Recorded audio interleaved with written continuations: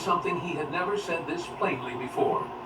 He looked back at some of the best moments of his career and realized he had been unhappy in them. Not nervous, not tired, unhappy. He described feeling like he had dozens of plates spinning in the air at once, and believing that if even one dropped, everything he had built would fall apart with it. From the outside, people called it discipline, work ethic, the mark of a serious actor. Jim now calls it something closer to obsession, a compulsive need to control every outcome because he didn't trust that good things could simply happen to him. The interview itself was notable for another reason too. The host, also openly gay, spent much of the conversation with Jim comparing notes on what it costs to build a public career while hiding a private self, and Jim didn't dodge any of it. He admitted that even after 12 seasons and hundreds of episodes, he never stopped feeling like the most nervous person on set, still terrified before every single take that he'd forget his lines. A fear that never once matched the calm, buttoned-up professional image people saw on screen. He said the pattern cost him years of his actual life, moments with people he loved that he simply wasn't present for because his mind was somewhere else, calculating the next risk. This wasn't a passing comment. He's brought it up more than once this year, each time with more detail than the last. Which raises an obvious question. What happens to a person's mind when they spend 12 years terrified of losing something, even while the whole world tells them they've already won? To understand where that fear came from, you have to go back to 2001, years before Sheldon Cooper existed, to the day Jim's entire relationship with time changed forever. 6 years was the number he couldn't ignore. On April 29, 2001, Jim's father, Milton Parsons, died in a car accident. He was 52 years old. Jim was 28, still years away from booking Big Bang Theory, still auditioning for parts he wouldn't get. His father had run a plumbing company back in Houston and had veered off the road alone, later found by a passing driver.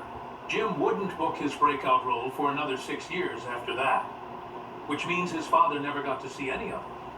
Not the Emmys, not the Golden Globe, not a single second of the show that would make his son a household name. Years later, on the television special Hollywood Medium, Jim revisited the loss on camera and was told something that seemed to genuinely settle him, that no faster medical response that day could have changed the outcome. Whatever comfort that gave him, it didn't erase the math he'd started doing in his head. That math became impossible to ignore in 2018, when Big Bang Theory was still one of the most watched shows on the planet. Jim was 46. He realized that was exactly 6 years younger than his father had been when he died. So he asked himself a question most people spend their whole lives avoiding. If someone told him he had 6 years left, would he spend another season playing Sheldon Cooper? His answer was no, not because he'd stopped loving the role, because he needed to find out what else was out there before his own 6 years ran out. He took that reasoning straight to the show's producers, Chuck Lorre and Steve Malaro, before he ever discussed it with the people he'd spent 12 years standing next to on camera. His own castmates didn't see it coming. Kaylee Cuoco has said she was so shaken by the news she could barely breathe. Johnny Galecki has said he felt blindsided, not by the decision itself, but by finding out without warning, and has since admitted the whole thing could have been handled with more care. Jim's father never got a say in how his story ended. Jim made sure he would. But walking away from Big Bang Theory didn't close the chapter on loss in his life. 6 years later, on a completely different set, grief would find him again, in a way almost too strange to believe. A death on a Hulu set that echoed his own words. In 2025, Jim joined the Hulu comedy Mid-Century Modern, alongside Nathan Lane, Matt Bomer, and the legendary Linda Lavin. The show itself was loosely inspired by the Golden Girls, following 3 gay friends who move in together in Palm Springs, with Lavin playing the sharp-tongued mother of Nathan Lane's character. By every account on set, she was adored by literally everyone, cast and crew alike, described by the show's own creators as universally loved in a way that felt personal rather than professional. Then, on December 29, 2024, with only 3 episodes left to film, Levin died suddenly at 87, following a fast-moving lung cancer diagnosis nobody had time to process. The show's creators faced an impossible decision: recast her, quietly write her off, or confront it directly. Before she passed, Levine herself had apparently made her wishes clear, telling the writers not to shy away from the truth if anything happened to her. They chose to write her real death into the fictional story, and what they used still gives people chills. In her final moments, being driven to the hospital by her husband, Levine had grabbed his hand and told him she loved him, in case this was it. The writers put that exact moment into the show, almost word for word, spoken by her character to her television son in an episode the creators later called terrifying to write. Hulu gave the cast and crew an extra week off before they returned to film it. Jim was there filming alongside Matt Bomer just weeks after Lavin's actual death, acting out grief that wasn't fictional at all. He was mourning a real friend while performing a scripted version of her final scene, on a schedule that gave the cast barely any time to process what had happened before the cameras rolled again. It's the kind of moment that doesn't show up in a highlight reel or an award acceptance speech, but it stayed with him. And it wasn't the first time Jim had to keep working while grieving something enormous. Years earlier, during his very last stretch on Big Bang Theory, loss found him in a way that almost broke him completely. A dog, an injury, and a cliff, he says he saw. The final season of Big Bang Theory should have been a celebration. Instead, it became one of the hardest stretches of Jim's life. As filming wound down, one of his dogs was nearing the end of his life, and Jim and his husband Todd made the agonizing decision to let him go at home rather than risk him dying alone at a vet's office while Jim was at work. Just days later, while the rest of the world was gearing up for months of farewell specials and cast tributes celebrating the end of a beloved show, Jim injured himself on stage. He's since described that period as the scariest few days of his life, saying it felt like standing at the edge of a cliff and looking down into something genuinely dark.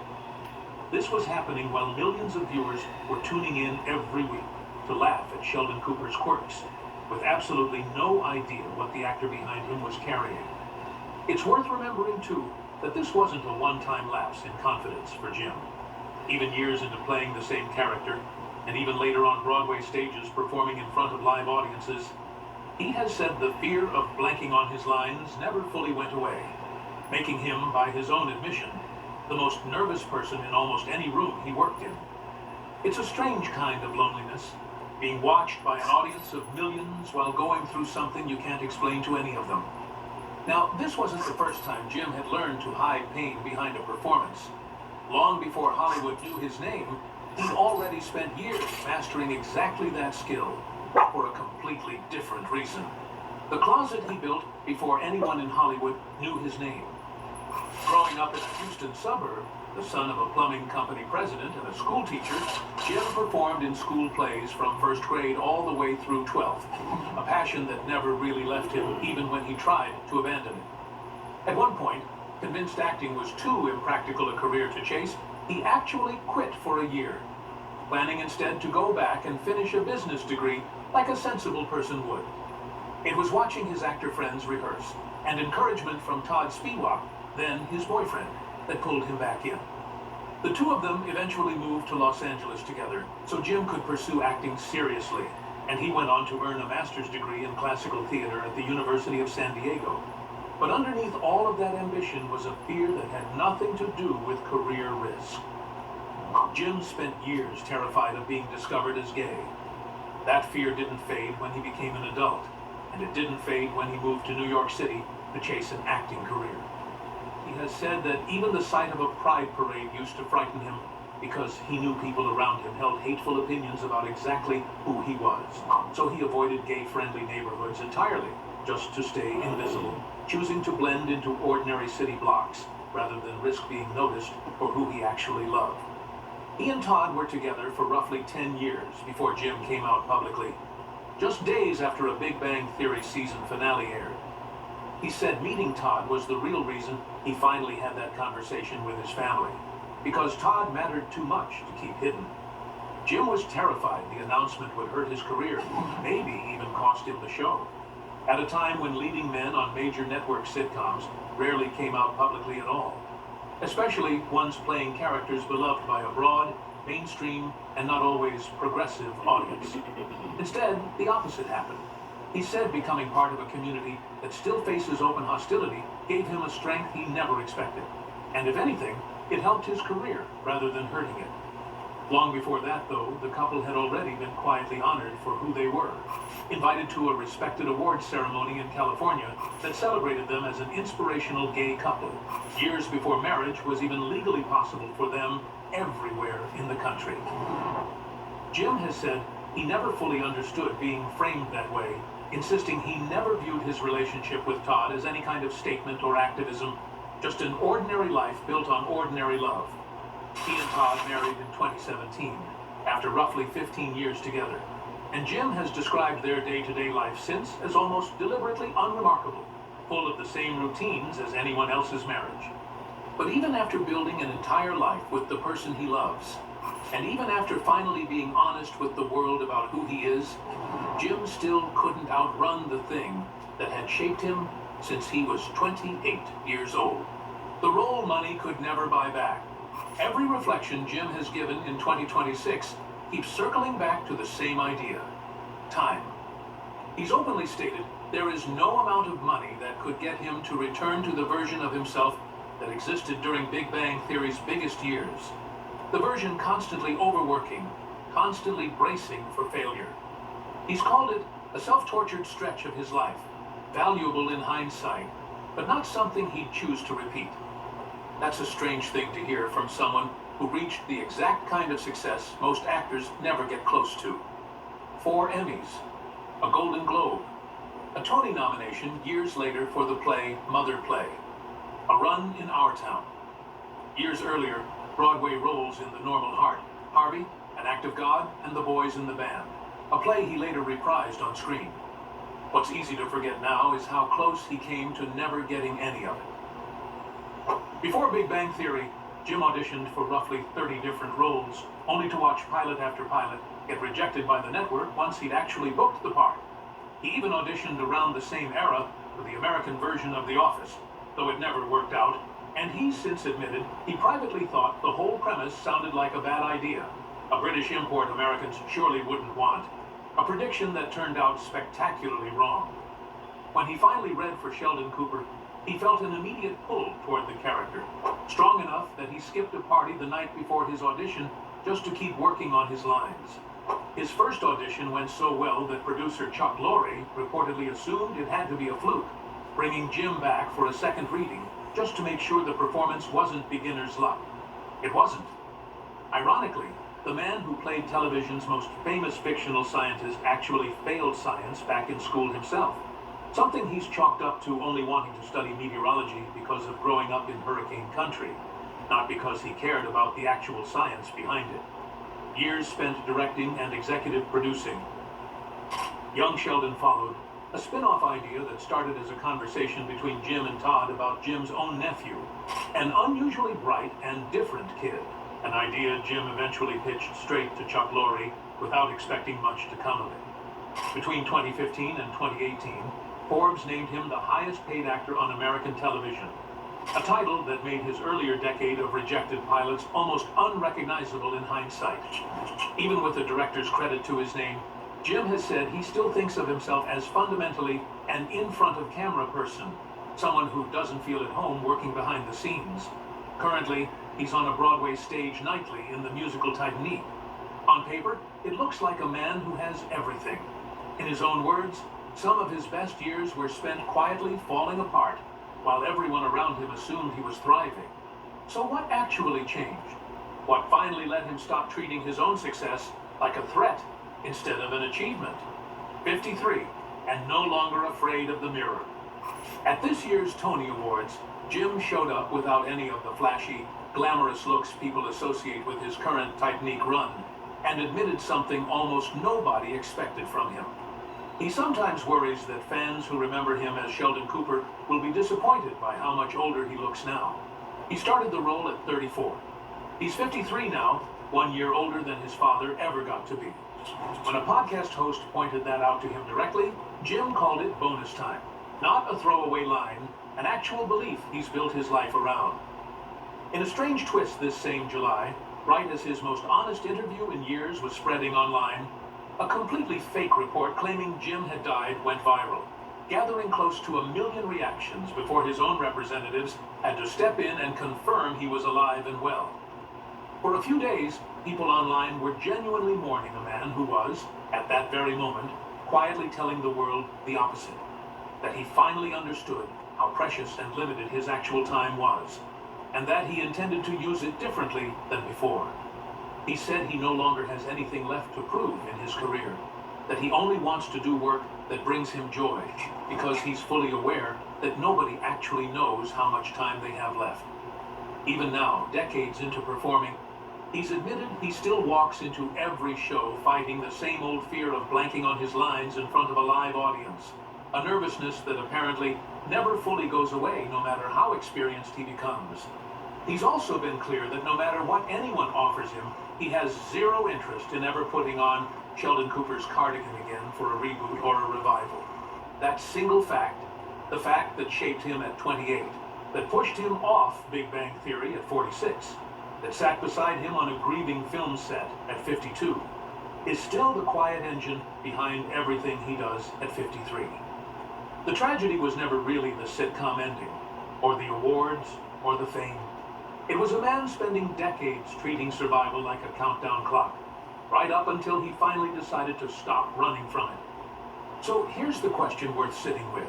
If you knew exactly... Next in 20, your natural soul gifts putting through PPL enable and falling into their own trap. Reality hits Nicola medium 51 minutes, 56 seconds. And hit the bell so you never miss a drop. Want more?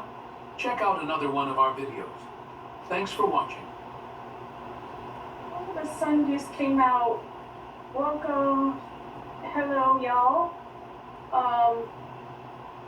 Hope y'all are great. Please take what resonates, leave what doesn't.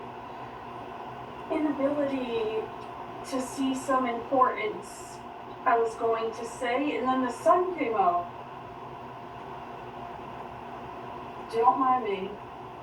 So, something's coming to light. Shooting star.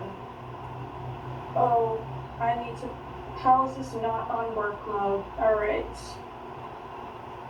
Shooting stars. So the energy that you need to be aware of right now. Excitement, serendipity, a positive outcome.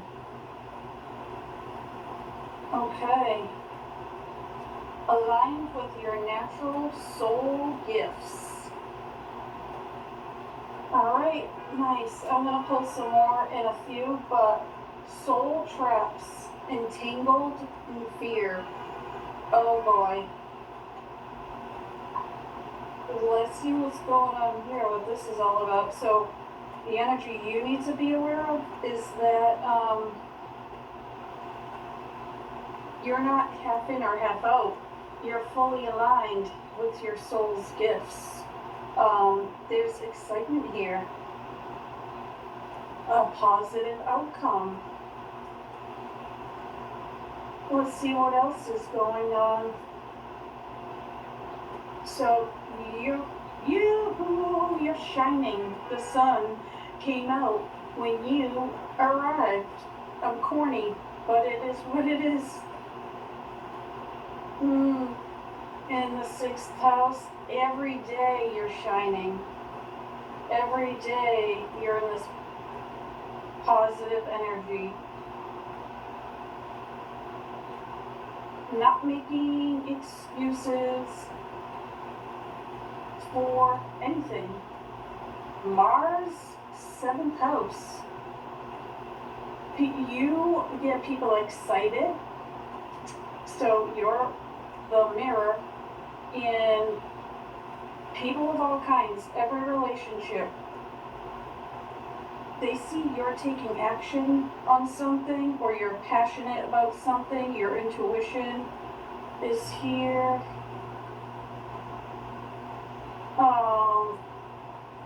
And it came out again. Your intuition, because I didn't take it out. Your gifts, your natural soul gifts. The alchemist. Inner knowing. The moon. Oh. In these feelings, deep, deep feelings. So I don't know if people are trying to hide things from you. But if they are, I don't think you care. This could be family or any type of relationship, work relationships,